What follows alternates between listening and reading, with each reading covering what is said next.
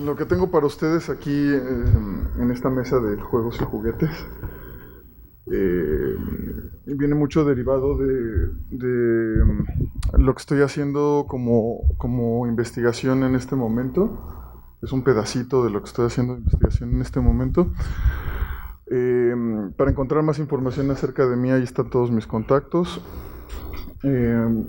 Como ya mencionó, mucha de mi experiencia viene también de organizar el foro de profesionales del videojuego de la Ciudad de México.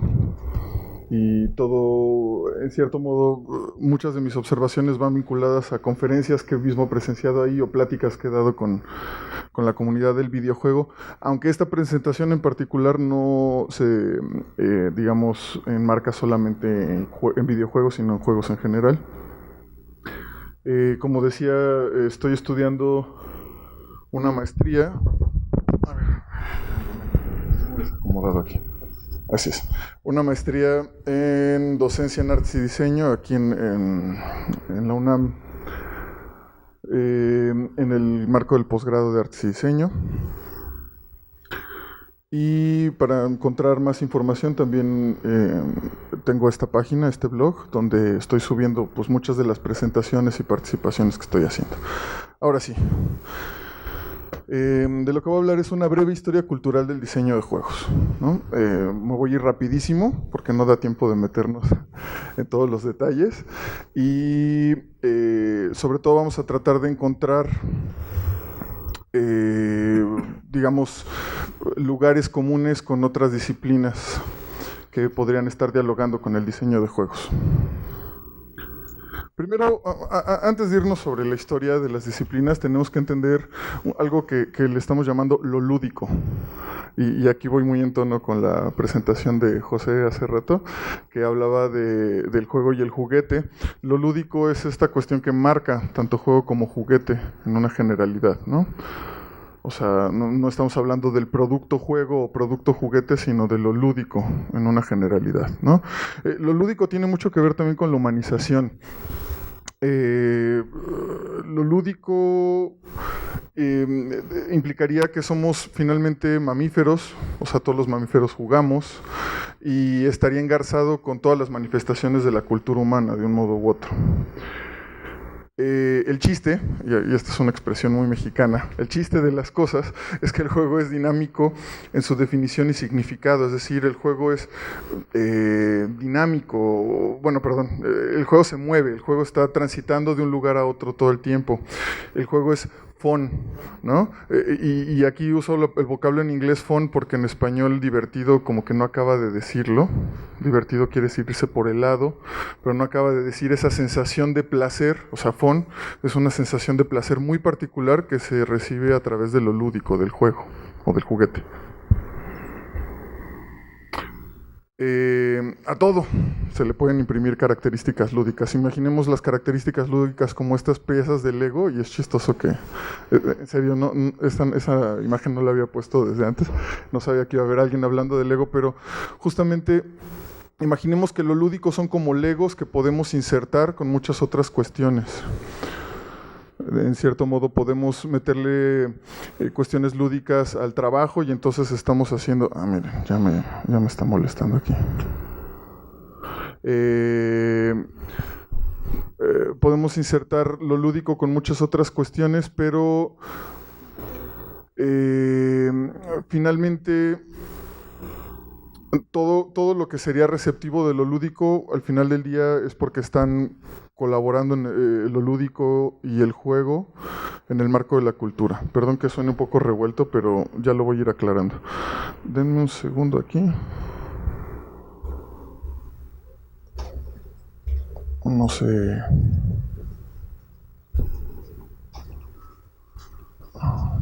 Esperemos que no vuelva a molestar.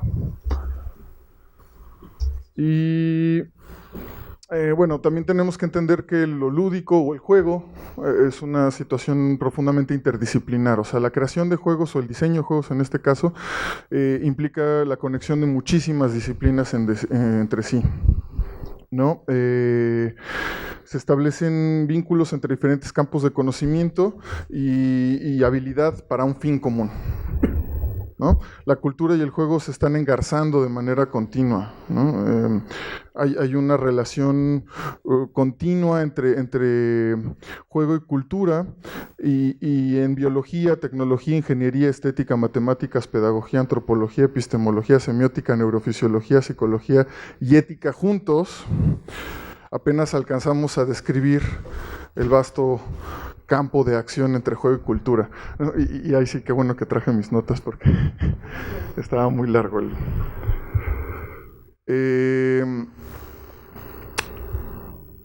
Pero no solamente eso, sino que también en el campo del juego entran muchas cuestiones morales. El juego tiene su propia moral, ¿no? Son cosas que se permiten y no dentro del juego. Y aquí siguiendo un poquito también el modelo de Johan Huizinga que ya manejaban antes de mí, el juego sirve un poco como modelo o modelador de la cultura en este sentido. Hay una clasificación aquí que me gustaría compartirles, según Roger Caillois, en su libro El hombre, el juego y los juegos. Al juego le corresponden 4 clasificaciones o propiedades generales, ¿no? Agón, que son los de competencia y concurso; alea, que son los de azar y coincidencia; mimicry, que son los de rol, ¿no? de representación, en este sentido, es cuando tomas un papel, un avatar; y e-links, ¿no? Que son los de vértigo, y yo me atrevería a agregar los de experiencia estética, ¿no? También voy a adentrarme un poquito más en eso. Ahora sí, cuando hablamos de diseño de juegos, por supuesto hablamos de una prefiguración del juego, ¿no? De una planeación del juego. Pero para poder hacer esto tenemos que entender que los juegos no son solamente medios, o sea, los juegos también son artefactos, ¿no? Es decir, los juegos no solamente están transmitiendo una información, sino que los juegos se utilizan, los estamos usando cuando los jugamos, ¿no? Y en ese mismo sentido, jugar un juego nos acerca al consumo del mismo, o sea, ser usuarios. Justamente, y repitiendo los ejemplos, cuando estamos en una pieza musical donde somos escuchas y podemos ser pasivos, podemos escucharla y ya, ¿no? Podemos quedarnos solamente con esa parte. En las artes visuales, en las obras cinematográficas, podemos ser espectadores de manera pasiva, tenemos esa oportunidad. Pero cuando estamos enfrentándonos al juego, tenemos que interactuar con él. Es un artículo de uso, y esto trae varias problemáticas consigo. Un segundito.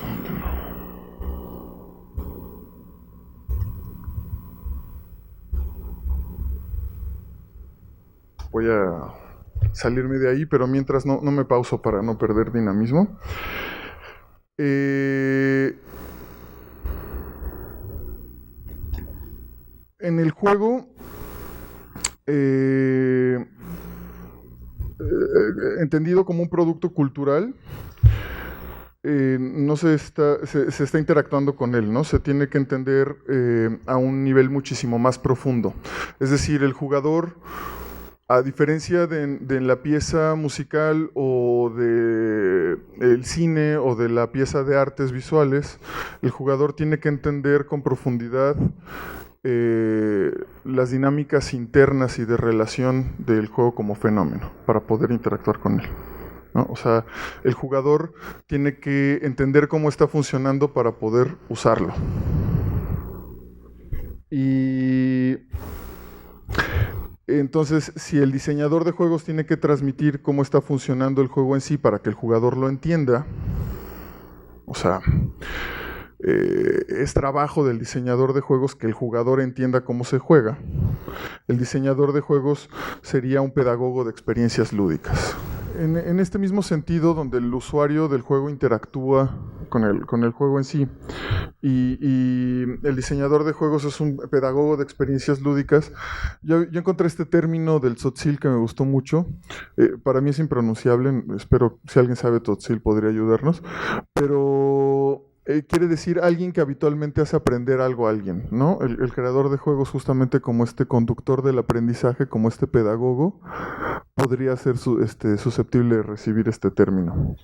Ahora bien, ahora sí vamos a hablar del game designer. Aunque el game designer es una figura que es relativamente nueva y hay algunas universidades que empezaron a abrir carreras en diseño de juegos hace 10 años a nivel mundial, hace un poquito más de una década. En México tendrá un par de años que se abrieron las primeras carreras de diseño de juegos apenas.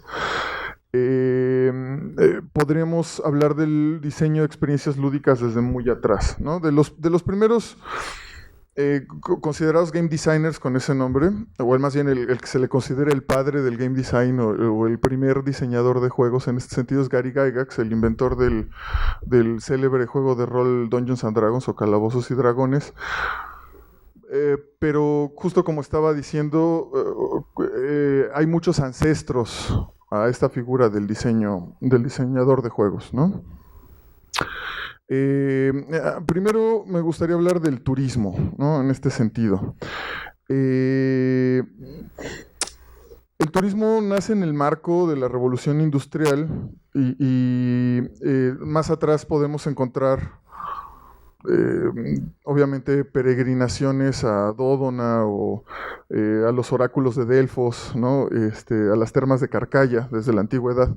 Pero el turismo es el primero que empieza a contemplar esta cuestión de viajar de un lugar a otro como una perspectiva que se diseña, ¿no? Las personas que diseñan o que construyen o que prefiguran la experiencia turística están pensando en qué va a ser el viajero cuando llegue a este otro lugar.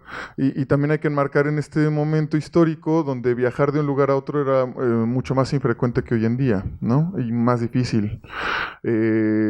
Además, muchas veces la recepción que teníamos de información de otros lados podía hacernos volar la imaginación en muchos sentidos y bueno, por eso tenemos estos ejemplos como de literatura como Julio Verne, ¿no? El turismo es igual al viaje de placer, ¿no? Y aquí volvemos a hablar de la palabra placer en un sentido similar al de fun. O sea, viajar es fun, viajar es divertido, viajar tiene que darte, si es cool, te tiene que dar ese placer particular, ¿no? El turismo sería como unas veces de servicio objeto artefacto que se está entregando a la persona que compra el viaje, ¿no? Otro ejemplo al que me gustaría remitirme es el Autómata turco de Wolfgang von Kempelen de 1769. O sea, imaginen, era un maniquí que aparentaba ser un robot con el que la gente en la feria de París podía interactuar y jugar ajedrez, ¿no?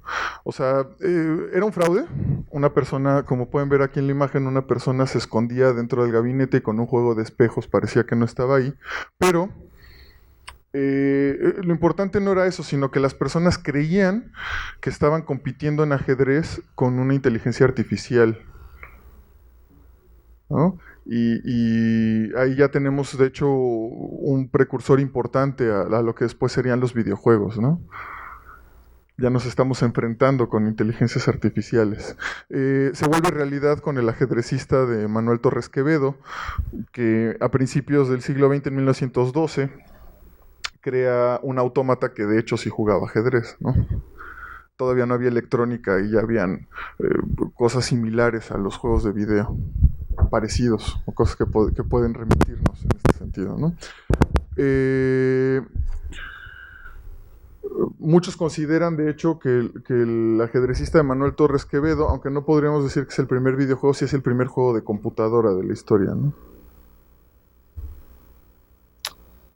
Bueno, otro ejemplo muy bueno de diseño de juegos a través de la historia o de diseño de experiencias lúdicas a través de la historia es el diseño de parques de diversiones. Aquí Six Flags empezó con la construcción del primer Six Flags Over Texas en 1960 y este parque tenía un pueblo indio americano, un viaje en góndola, un trenecito, espectáculos del Viejo Oeste, un viaje en la Diligencia, una isla de la Calavera, que era un espectáculo de piratas, una excursión inspirada en los viajes de La Salle, ¿no? Así como una cuestión de exploración, donde habían títeres automatizados a los lados del río, que salían entre las malezas, ¿no?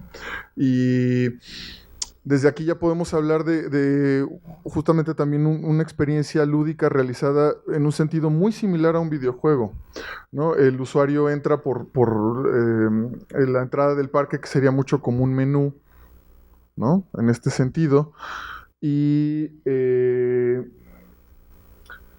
puede decidir qué tipo de acción lúdica va a realizar después, y todas estas tienen un tema impreso, tienen una narrativa impresa.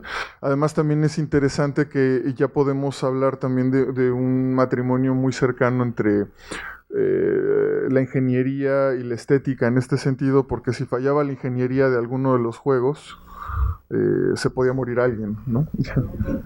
Sí, ya, o sea, ya es tema de películas de horror que falle la parte ingenieril, tecnológica de los parques de diversiones, ¿no?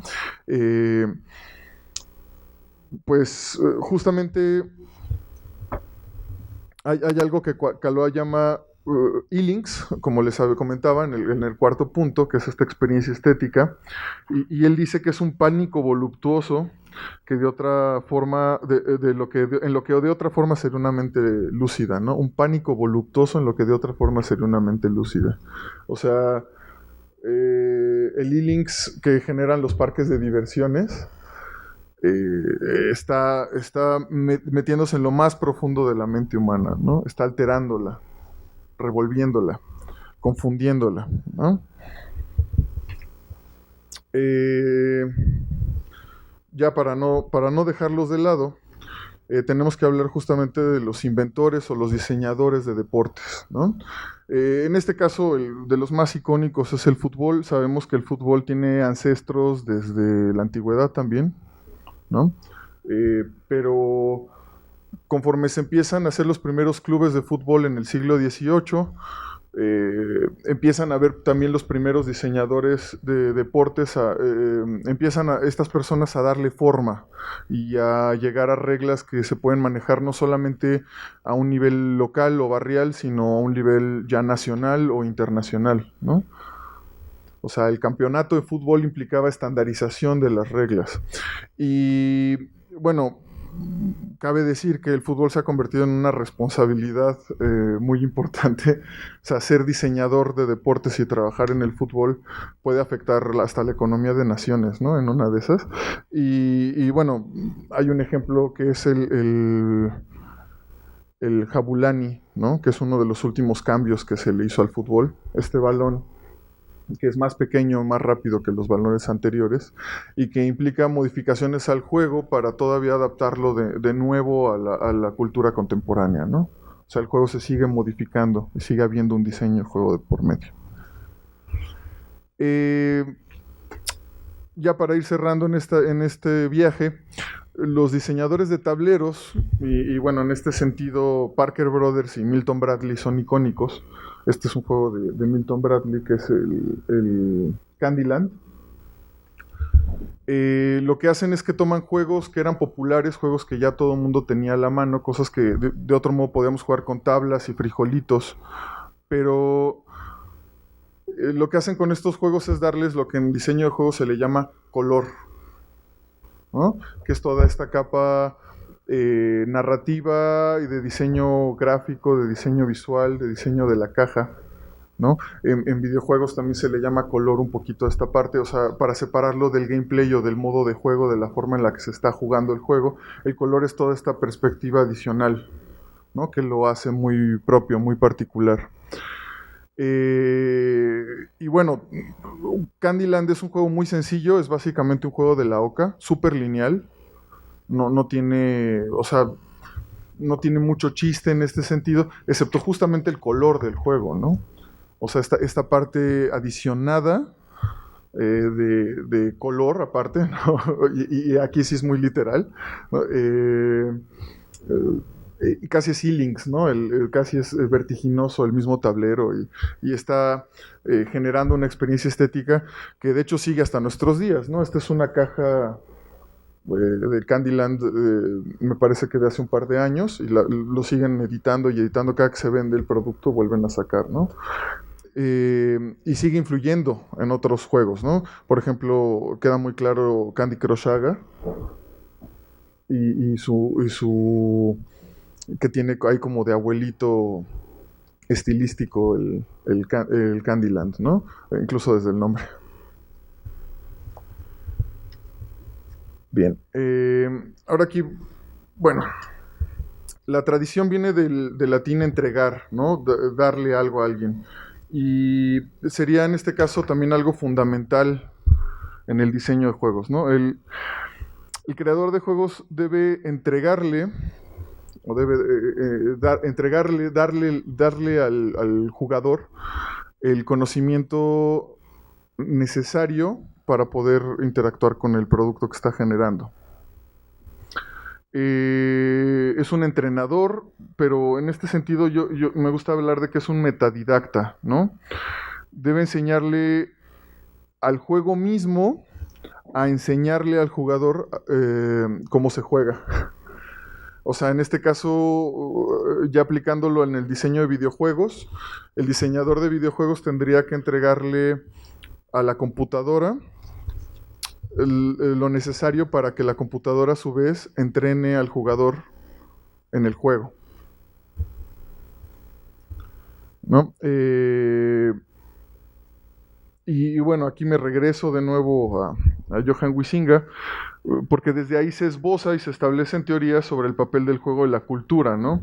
Encontramos señas de lo que son los juegos en el entorno social, en el entorno político, y por eso no habríamos de extrañarnos de algunas aplicaciones nuevas de la disciplina del diseño de juegos en otros entornos, ¿no?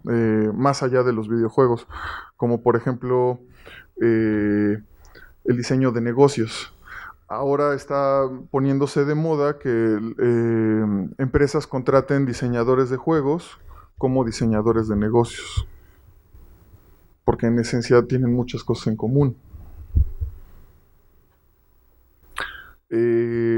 Ya hablábamos, y también, bueno, es también a modo de repaso un poco ya, el juego es en sí una experiencia de aprendizaje, eso sí está muy hablado, muy dicho, ¿no? Los juegos son educativos o aprendemos cosas jugando juegos, pero aquí, más allá de la ludoliteracy o de la game literacy o del alfabetismo lúdico, ya dicho en español, me gustaría hablar de una metadidáctica factolúdica, y ya es una torre de marfil ese término, pero en factolúdica hablaría de lo relativo a la creación de juegos, o sea, y a metadidáctica, una didáctica de la didáctica especializada de cada juego en su particular,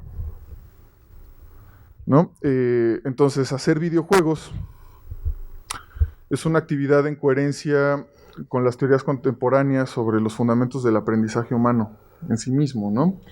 Y es un diseño del entretenimiento interactivo, ¿no? Aquí entra mucho en juego algo, un término que maneja Samuel Taylor Coleridge, o lo acuña, que es el término de suspensión de la incredulidad, ¿no? Donde dejamos de pensar de manera racional para realmente entender lo que está ocurriendo, ¿no? Él era poeta, por supuesto en poesía tiene mucho sentido, pero también tiene mucho sentido en el ámbito del juego. Si viéramos a la pedagogía como este esquema, este hexágono, donde interactúan psicología, epistemología, antropología, semiótica y neurofisiología, de lo que estamos hablando aquí es que el creador de juegos, el diseñador de juegos, utiliza la didáctica especializada, ¿no? Tal cual, ya para enmarcarlo un poquito más.